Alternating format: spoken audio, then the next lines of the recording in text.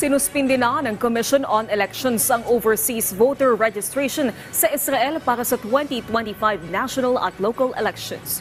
Ito ay sa gitna pa rin ng gyera sa pagitan ng Israel at grupong Hamas. Ayon kay COMELEC Chair George Erwin Garcia, mahalaga na manatiling ligtas ang mga Pilipino doon. Sa ngayon ay wala pang napagkakasunduan ng UNBank kung magpapatupad ng extension sa registration. Samantala para naman sa barangay at SK election, nagkaroon ng kasunduan ng COMELEC at ang ilang grupo ng mga katutubo para sa Katutu Vote. Ito ay programa para magturo sa mga kababayan nating katutubo ng karapatan at tamang paraan ng pagboto.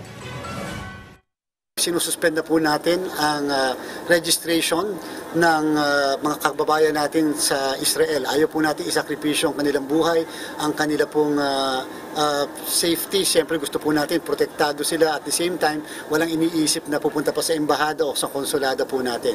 Dapat po kung nasa ang mga lugar sila, mag-stay na lang po sila doon para sa kanila pong katiwasayan.